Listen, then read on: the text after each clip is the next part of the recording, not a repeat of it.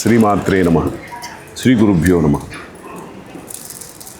నిన్న పీఠంలో హ్రీం పీఠం నిర్వాహకులు ఈశ్వర్ గారి ఆధ్వర్యంలో వేద పండితుల యొక్క వేదధ్వనులతో చక్కగా నిన్న గణపతి, సుబ్రహ్మణ్య, భైరవ, రాజశ్యామల దేవత విగ్రహాలను యంత్ర సహితంగా ఎంతో పూజా విధానంతో సక్రమంగా ఇక్కడ ప్రతిష్టాపన జరిగింది. మిత్రులు ఈశ్వర్ గారు ఎంతో ఉపాసనాపరులు, అమ్మవారి యొక్క అనుగ్రహాన్ని పొందినటువంటి వారు, శ్రీచక్రార్చనాపరులు. ప్రధానంగా ఆయన శ్రీ విద్యలో ఎంతో కాలంగా ఉపాసన చేస్తూ ఆయన వృత్తి మార్గంలో ఆయన ఉన్నప్పటికీ కూడా తన యొక్క జీవన మార్గంలో తను చేయవలసినటువంటి పనులు చేస్తూ దేవతా మార్గంలో ముందుకు వెళ్ళడం జరిగింది. ఎంతో మంచి ఉపాసనతో అమ్మవారి యొక్క అనుగ్రహాన్ని సంపూర్తిగా పొందినటువంటి హ్రీంపీఠ నిర్వాహకులు ఈశ్వర్ గారు. వారి యొక్క శుభ సంకల్పం 2 రోజుల నుంచి ప్రారంభమైంది. అందరికీ తెలియజేయడం కూడా జరిగింది. ఇంతకుముందు మీటింగులు మనం ఈ పీఠంలోనే జరిగినటువంటి ఒక సత్కార్య కార్యక్రమంలో దాని గురించి తెలియజేయడం కూడా జరిగింది. ముఖ్యంగా మళ్ళీ మీ ముందుకు ఎందుకు వస్తున్నామంటే, దేవతా సన్నిధిలో మనం చేసుకునేటువంటి కార్యక్రమాలన్నీ కూడా మన జీవన మార్గంలో మనకు వచ్చేటువంటి ఇబ్బందుల్ని పోగొట్టి మన కుటుంబము, పిల్లలు, కుటుంబ సభ్యులు అన్నిట్లో కూడా ఒక ఉన్నతమైన స్థితి కలగాలని, దేవతా మార్గంలో వెళ్తూ ఉంటే అవే సిద్ధిస్తాయి. చాలామందికి చేస్తే అవుతుందా, అష్టోత్తరం చేస్తే అవుతుందా, కుంకుమ పూజ చేస్తే అవుతుందా, హోమాలు చేస్తే అవుతాయా అనేటువంటి ఏమన్నా చిన్న చిన్న అనుమానాలు ఉంటే వాటిని పోగొట్టుకోండి. ఎందుకంటే మన జన్మ పుటకే మనం ఎన్నో కర్మదోషాలతోనే పుట్టుంటాం. ఓ భార్య, భర్త కానీ, పిల్లలు కానీ, తల్లిదండ్రి కానీ, అత్త, మామ, ఎవరైనా సరే, బంధువులు, మిత్రులు, ఎంతమందితో మనకు అనుబంధం ఉంది అంటే ఎక్కడో ఒక చోట వాళ్ళతో కిందటి జన్మల్లో అనుబంధం ఉంటేనే మళ్ళా మనం మిత్రులు అవుతాం. ఏదో శత్రువులు అవుతుంటారు, శత్రువు అనుకుంటాం. వాడిని ఎప్పుడో బాధ పెట్టున్నాం కాబట్టి మనం శత్రువులు అవుతాం. వాడికి కర్మదోషాలు ఎన్నో ఉంటాయి, బాధలు పడుతూ ఉంటాం. కానీ ఇవన్నీ ఎవరు పోగొట్టాలి? ఎవరు పోగొట్టడానికి? పరమేశ్వరి అందరి దగ్గర ఉండలేదు కనుక ప్రతి ఇంట్లో ఒక అమ్మనిచ్చింది. ఆవిడ అమ్మ కదా. ప్రతి ఇంటిలో మనకు ఒక స్త్రీమూర్తి ఉంటుంది, ఒక మాతృస్వరూపం. ఆవిడ ఉండదు కనుక అన్ని చోట్ల. కాబట్టి ఎలా అయితే మన ఇంట్లో ఉన్న మాతృమూర్తితో మన చెల్లెలో, మన అక్కో, మన అమ్మాయో, మన కోడలో, వీళ్ళందరూ కూడా పరమేశ్వరి యొక్క స్వరూపాలు. మనం ఆరాధించుకుంటూ ఉంటాం, వాళ్ళ కోసం కష్టపడుతూ ఉంటాం, వాళ్ళకి మంచి జరగాలని కోరుకుంటూ ఉంటాం. ఇది ఒక దైవ మార్గం. సంసారమే ఒక దైవ మార్గం. అలాగే ఎన్నో చేస్తూ ఉంటాం పూజలు మన కర్మదోషాలు పోవడానికి. కానీ ప్రత్యేకంగా ఈశ్వర్ గారికి ఇక్కడ త్రిశక్తి స్వరూపాలైనటువంటి కిందటి సంవత్సరంలో మనం వారాహి అమ్మవారిని, తర్వాత లలిత అమ్మవారిని, ఇప్పుడు ఆయన సంకల్పం ఏంటో తెలియదు కానీ శ్యామల అమ్మవారిని ప్రతిష్ఠించాలని ఆయనకి చాలా కాలంగా సంకల్పం కలిగింది. ఆయన ఆరాధించుకున్నటువంటి గురువులు, ఆయన నిత్యము ఆరాధన చేసుకునేటువంటి శ్రీచక్ర అధిష్టాన దేవత, అలాగే ఖడ్గమాల దేవతలు, అమ్మవారిని మనం కాస్త అమ్మవారి గురించి ఇంకా బాగా తెలియాలంటే ఆర్య ద్విషతి అనేటువంటి పుస్తకం ఉంటుంది, మీరు చదువుకోవచ్చు. అమ్మవారి మణిద్వీపాన్ని మనం చేరటానికి ఎటువంటివి చేయాలి, అలాగే అమ్మవారి యొక్క అనుగ్రహాన్ని పొందటానికి మనం ఏం చేయాలి అంటే ఆ నిత్య దేవతలను అర్చించాలి, తిథి దేవతలను అర్చించాలి. సో వీటిని చక్కగా పరిశీలించి శాస్త్రోక్తమైనటువంటి విధానంతో ఒక పరిశోధన చేసినటువంటి గొప్ప శాస్త్రవేత్త ఈశ్వర్ గారు. అంటే సైన్స్లో శాస్త్రవేత్తలు ఉంటారు, ఈ ఆధ్యాత్మిక రంగంలో దేవతా మార్గంలో కూడా రీసెర్చ్ పీపుల్ ఉంటారు, ప్రొఫెసర్లు ఉంటారు, వాళ్ళే ఋషులు. సో ఈశ్వర్ గారు ఒక ఋషి స్వరూపమైనటువంటి వ్యక్తి.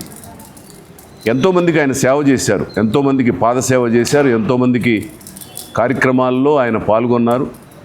వాటి వలన వచ్చినటువంటి అనుభవాలు, దేవతా మార్గంలో ప్రయాణం చేస్తే వచ్చేటువంటి మంచి అనుభూతులను కలిగినటువంటి పెద్దలు ఈశ్వర్ గారు. వారి యొక్క శుభ సంకల్పమే ఈరోజు రాత్రి నుంచే దశమహావిద్యల హోమాలని చేశాం. నా పేరు గౌరీశంకర్, నేను గుంటూరు. కుట్టాళం పీఠాధిపతులు శ్రీ శ్రీ శ్రీ సిద్ధేశ్వరానంద భారతి నేను వారి దగ్గర శిష్యరికం చేస్తూ దశమహావిద్యల్ని, ఎంతోమంది దేవతల యొక్క అనుగ్రహాన్ని పొందడానికి ప్రయత్నం చేస్తూ ఉన్నాం. ఈ ప్రయత్నంలోనే మిత్రులు ఈశ్వర్ గారి గురించి విని, ఆయన గురించి తెలుసుకున్న తర్వాత ఆయన సంకల్పాలు నెరవేరాలని కోరుకున్నాం. తప్పకుండా నెరవేరింది. ఆయన యొక్క శుభ సంకల్పం నాకే కాదు, నా చుట్టుపక్కల ఉన్నటువంటి అందరికీ కలగాలి అని ఆయన సంకల్పం ఎంతో మంచిది. 10 మందికి మేలు కలగాలని కోరుకునేటువంటి వ్యక్తులు దొరకడం చాలా కష్టం. నా కుటుంబం బాగుండాలి, నాకు ఇల్లు ఉండాలి, నాకు కారు ఉండాలని కోరుకుంటాం. కానీ నా చుట్టూ ఉన్న కొన్ని వేల మందికి మంచి జరగాలి, మంచి శుభాలు కలగాలి, అమ్మవారి యొక్క అనుగ్రహం కలగాలి అని తన యొక్క దివ్యమైనటువంటి శక్తితో ఎన్నో ఎన్నో ఎన్నో సంకల్పాలు చేశారు. ఇది ఆయన తీసుకున్నటువంటి ఒక గొప్ప సంకల్పం. ఈ సంకల్పం నెరవేరాలని మనందరం కోరుకుందాం. ఇందులో ఆయనకేం స్వార్థం లేదు.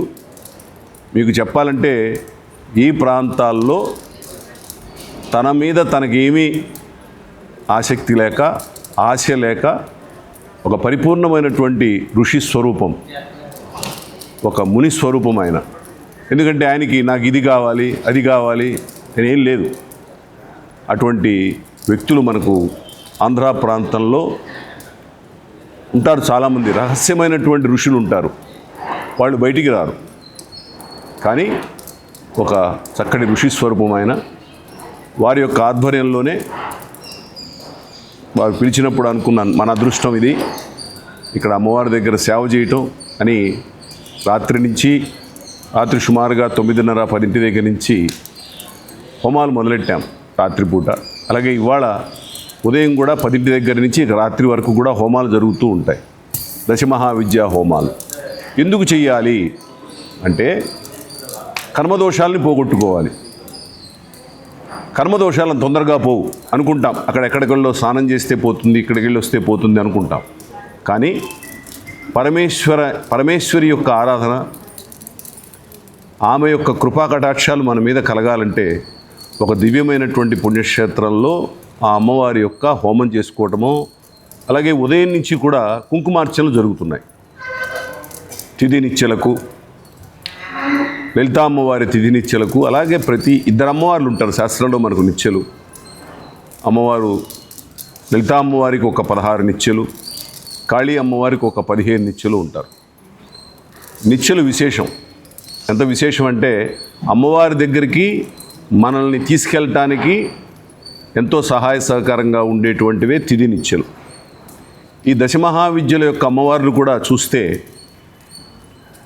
రవి యొక్క అనుగ్రహాన్ని పొందటం కోసం మాతంగి, ఆవిడే రాజశ్యామల. ప్రత్యేకించి చూడండి, మాతంగి అని పెట్టకుండా ఆయన రాజశ్యామల అనే అమ్మవారిని ప్రతిష్ఠించారు.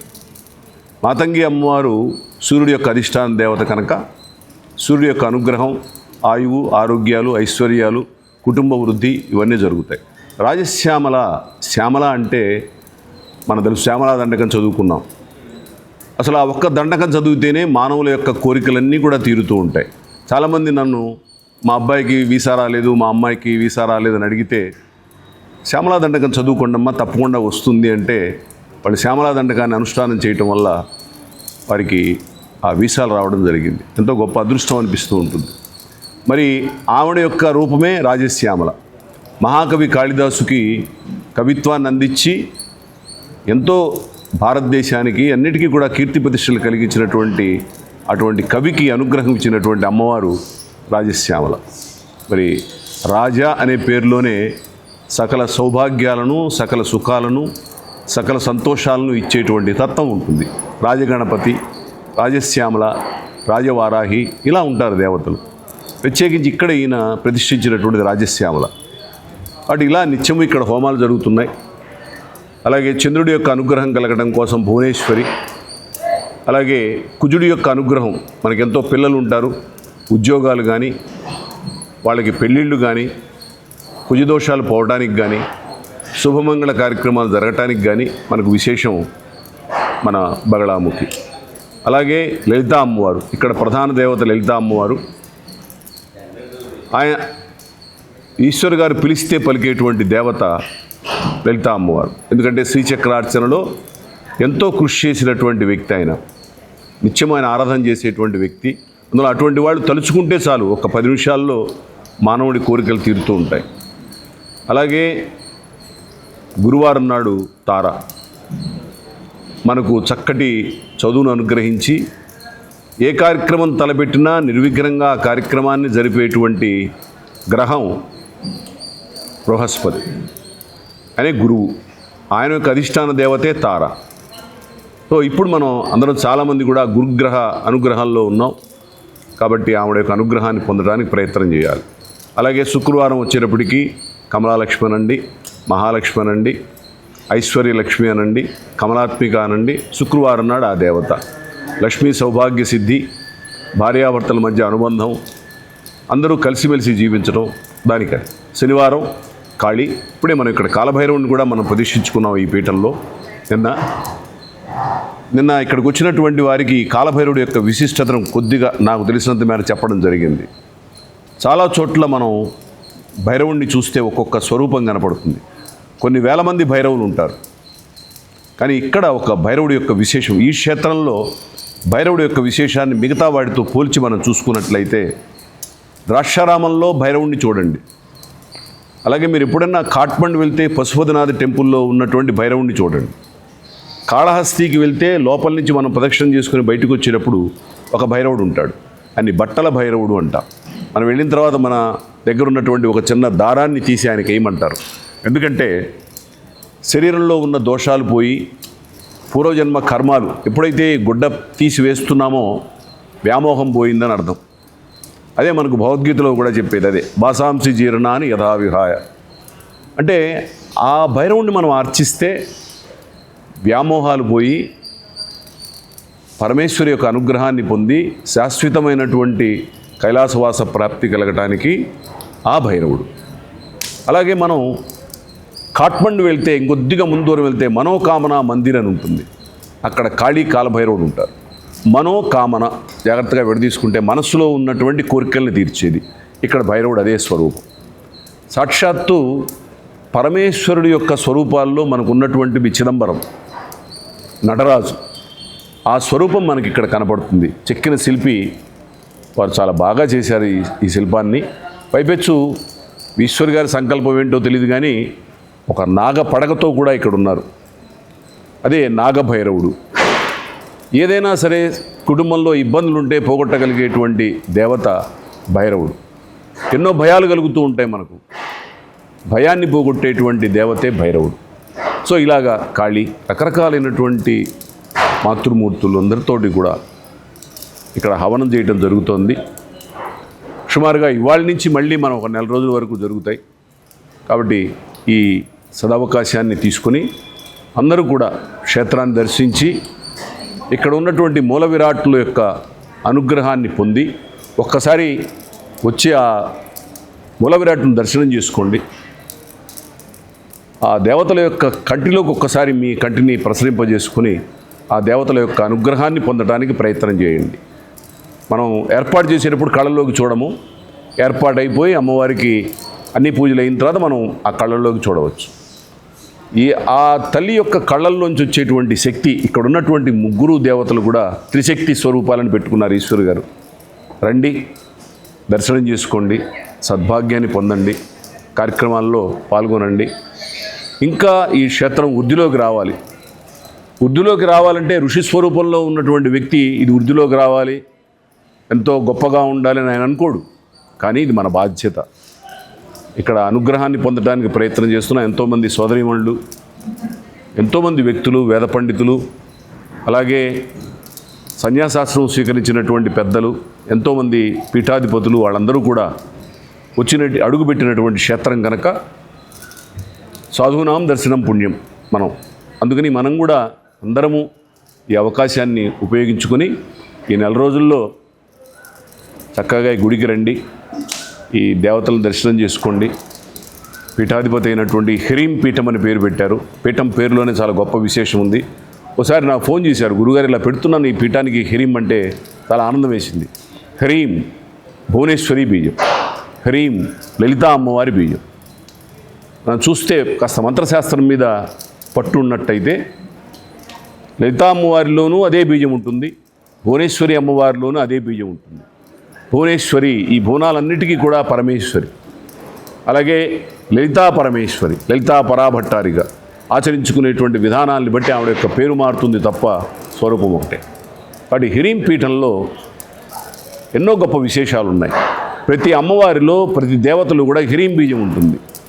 సో ఆ శక్తి ఇక్కడ నిక్షిప్తమై ఉంది. ఆ శక్తిని మనం అందుకోవాలి, ఆ శక్తిని చూసుకొని ఆ అదృష్టాన్ని మనం పొందాలి. అందువలన మన ఈ కాకినాడ ప్రాంతాల్లో మీ అందరికీ తెలుసు, కెనరా బ్యాంక్ ఎదురుకుండా ఏపీఎస్పి రాయుడుపాలెం ఇక్కడ ఈ క్షేత్రం నిర్మించబడింది.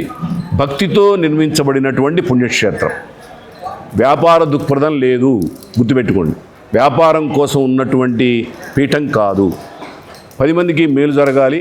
ముఖ్యంగా ఈశ్వర్ గారిలో నాకు నచ్చినటువంటిది ఒకటి ఏంటంటే, నేను బాగుండాలి, నా చుట్టుపక్కల అందరూ బాగుండాలి, నా గ్రామం బాగుండాలి, నా ఊరు బాగుండాలి, నా పట్టణం బాగుండాలి, నా రాష్ట్రం బాగుండాలి, నా దేశం బాగుండాలి.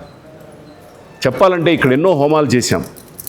భారతదేశం యొక్క ఆర్థిక పరిస్థితి బాగుండాలి అని, భారతదేశం అన్ని దేశాల కంటే కూడా ఉన్నతమైన స్థితిలో ఉండాలని, చక్కగా సమయానికి వర్షాలు పడుతూ ఆయురారోగ్యైశ్వర్యాలతో అందరూ కలిసిమెలిసి ఉండాలని భావంతో ఈశ్వరి గారి సంకల్పం ఇది. ఆయన యొక్క సంకల్పం ఫలించిందనే భావిస్తూ ఉన్నాం. అందరూ కూడా ఈ అవకాశాన్ని వినియోగించుకొని దేవతల యొక్క అనుగ్రహాన్ని పొంది వారితో ఆ పీఠాధిపతితో కొంతవరకు సంభాషణ చేసి దేవతల యొక్క అనుగ్రహాన్ని పొంది అందరం బాగుందాం, అందరం కలిసిమెలిసి ఉందాం, అందరం సౌభాగ్యంతో ఉందాం, అందరిలో మనం ఒకళ్ళుగా ఉండాలనేటువంటి ఆయన తాపత్రయం ఇది. శుభమస్తు, సర్వమంగళాని భవంతు. శ్రీ గురుభ్యో నమః.